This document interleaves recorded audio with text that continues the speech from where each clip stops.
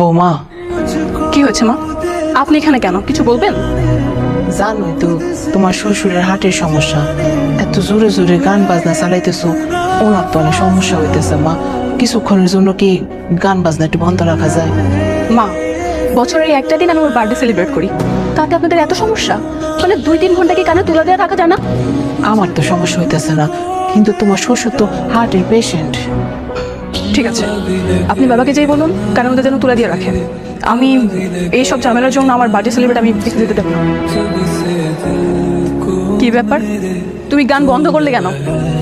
বাসার মধ্যে তোমরা এগুলো কি শুরু করছো? এটা কি ক্লাব নাকি কোনো কনসার্টের জায়গা? সাগর, আসতে কথা বলো। দেখতেই পাচ্ছ এখানে আমার ফ্রেন্ড সার্কেল রয়েছে। তাতে আমার কিছু আসে যায় না।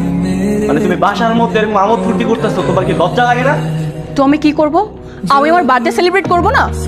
বার্থডে সেলিব্রেট করবা, বার্থডে কি অন্যভাবে পালন করা যায় না? আচ্ছা তোরা শোন না। আরে সাগর, এটাই ছিল তোমার ভালোবাসার প্রতিদান? এই প্রতিদান পাওয়ার জন্য কি আমি তোমাকে বিয়ে করেছিলাম? একদম ভালোবাসা টানবাম। বাসার মধ্যে কোনো আমোদ ফুর্তি চলবে না। আমি আর এই বাসায় থাকবো না। এই বাসায় থাকবা না মানে? কই থাকবা তুমি? কই যাবা? আলাদা বাসা ভাড়া নিয়ে থাকবো। আমি তোমার বাবা মায়ের সাথে এক মুহূর্তে বাসা থাকবো না। তুমি কি পার্টির সাথে সাথে কি নেশা করছো নাকি? তুমি উল্টাপাল্টা কি বলতেছো? সাগর, আমি কোনো উল্টাপাল্টা কথা বলছি না। হ্যাঁ, মানে স্বামী শ্বশুর শাশুড়ি এগুলো নিয়েই তো একটা সুন্দর সংসার। আর তোমার শ্বশুর শাশুড়িতে অ্যালার্জি কিসের? অ্যালার্জি? সাগর, আজকে আমার বার্থডে ছিল, অ্যাটলিস্ট তুমি ওটা বিকেলে দেখে একটু ঘুরতে নিয়ে যেতে পারতে। তুমি তো তাও করনি। বউ হিসেবে এতটুকু তোমার কাছে আমার আশা করা যায় না? আমি তো আর সারাদিন বসে থাকি না, আমি তো কাজে ব্যস্ত থাকি, তাই না? তোমার আমি নিয়ে যেতে পারি না, তাই বলে তুমি বাসার মধ্যে আশা বসে দিবা? আমি তোমার বলছি না আমরা এই বাসাতেই থাকবো, এখান থেকে কোথাও যাবো না। কিন্তু আমি এখানে থাকবো না। তোমার বাবা মায়ের সাথে আমি এক মুহূর্তে এখানে থাকতে চাই না। হয়তো তারা থাকবে, আর নয়তো আমি এই বাসায় থাকবো। এই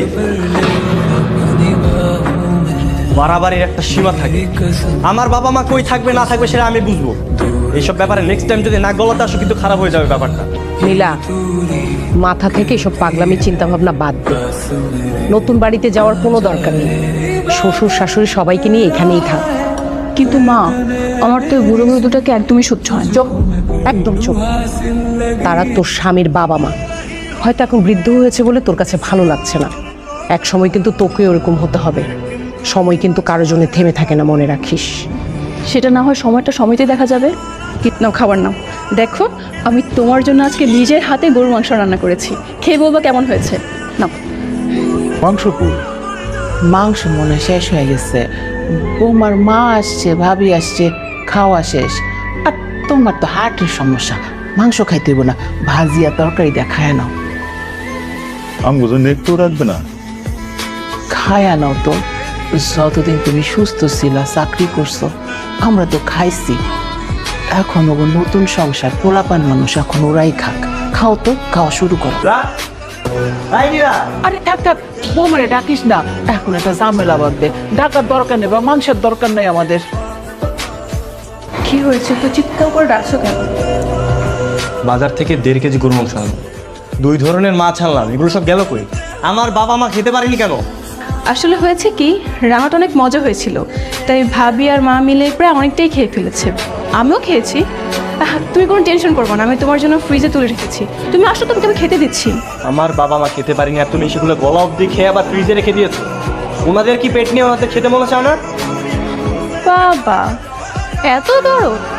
ঠিক আছে, তোমার যদি এত দরদ উঠলে পাশে তুমি রান্না করে খাওয়াতে পারো না? আমি কি তোমাকে না করেছি? আমার মাকে আমি যেমন রান্না করে খাইয়েছি, তোমার মা যদি খেতে ইচ্ছা হয় না, তুমিও রান্না করে খাওয়াবে। একটা বাসা দেখতে গিয়েছিলাম, বাসাটা খুব সুন্দর ছিল, আমার পছন্দ হয়েছে, এই জন্য ওই টাকাটা ওখানে অ্যাডভান্স করে দিচ্ছি। আমি বলছি না তোমার আমার টাকা লাগবে? হ্যাঁ, বলছি না আমরা আলাদা হবো না? প্রতিটা মেয়ের একটা স্বপ্ন থাকে, বিয়ের পর আলাদা একটা সংসার হবে, কিন্তু তুমি আমার সেই স্বপ্ন পূরণ হতে দিচ্ছ না কেন? দেখো নীলা, বাবা অসুস্থ, মা সবসময় বাবার পাশে থাকে, আর এই অবস্থা যদি আমরা চলে যাই তাদেরকে দেখবে কি? মা সবসময় বাবারা দেখবে, রান্না করবে নাকি ঘর সামলাবে বলো তো? দেখো, আমি এত কিছু শুনতে চাই না, আমি বাবা মাকে ছাড়া কোথাও যাবো না। আর আমার টাকা আজকের মধ্যেই লাগবে, তুমি রাতের মধ্যে ম্যানেজ করে রাখবে, আমি নিয়ে যাবো। আমার তো 20,000 টাকা ছিল, এখানে 15,000 কেন? ও, বাকি 5,000 টাকা তো গাড়ির পিছনে খরচ হয়েছে।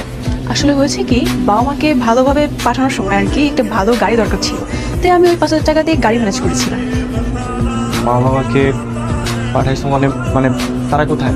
আমার একটা বন্ধু আছে, ওই বন্ধুর আঙ্কেল ভালো একটা বৃদ্ধাশ্রমে কাজ করে। আমি আঙ্কেলের সাথে কথা বলে বাবা মাকে ওখানে পাঠিয়ে দিয়েছি। তুমি আমার বাবা মারে বৃদ্ধাশ্রমে রেখে আসছো? মানে আমি বাড়িতে থাকতে তুমি আমার বাবা মারে বাড়ি থেকে বের করে দিচ্ছ? তুমিই তো আমাকে সেদিন বললে যে আমরা যদি নতুন বাসায় চলে যাই তাহলে বাবা মার খেয়াল কে রাখবে, তাই তো আমি ওখানে পাঠিয়ে দিই। চোখ, একদম চোখ। আমি আজকে আমার বাবা মারে ফিরে আসবো। আর তারপরে এবার তুমি থাকবা না আমার বাবা মা থাকবে সেটা পরে সিদ্ধান্ত নেব।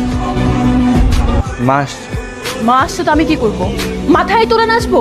আমি তোমার মাকে মাথায় তুলে নাচতে পারবো না, তুমি নাচো। দেখো আমি অনেক সহ্য করেছি, আর সহ্য করতে পারছি না। তোমার মা বাবা যদি এই বাসাতে থাকে আমি আজকে রাতের মধ্যে বাসা থেকে চলে যাব। আশ্চর্য, তুমি এরকম করতেছো কেন? আমি এমনই। কেন তুমি জানো না? কোথায় ওই মহিলা? কোথায় ওই মহিলার জন্য আমাদের সংসার অশান্তি লেগেই রয়েছে। ঠিক আছে, লেগে থাকো, কোনো সমস্যা নেই।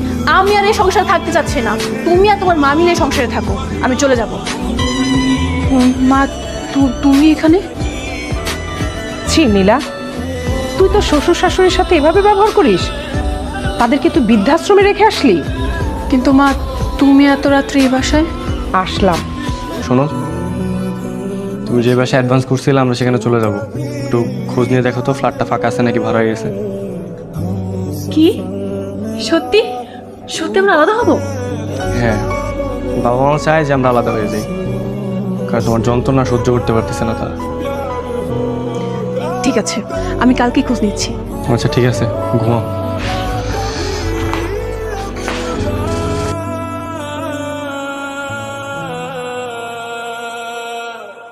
मैंने तेरा नाम दिल रख दिया, मैंने तेरा नाम दिल रख दिया, धड़केगा तू मुझे में सदा, मैंने तेरा नाम। হ্যালো মা। মা আমি না পড়ে যে পায়ে খুব ব্যথা পেয়েছি, হাঁটতে পারি না। ইভেন ওয়াশরুমে যেতে হলেও আমার সাগরের হেল্প নিতে হয়। মা আমি আর একা থাকতে পারছি না, আমার একা থাকতে খুব কষ্ট হচ্ছে। হওয়ারই কথা। যে মেয়ে নিজের শ্বশুর শাশুড়িকে অপমান করে, তাদের অভিশাপ মাথায় নিয়ে স্বামীকে নিয়ে আলাদা হয়ে যায়, সেরকম মেয়ের আমার কোনো দরকার নেই। তোর ওই নতুন বাসায় আমি কোনোদিন যাব না। রাখ ফোন, রাখ। नाम ला सका मैं तेरी चाहते, इश्क पे कहा बस किसी का चले।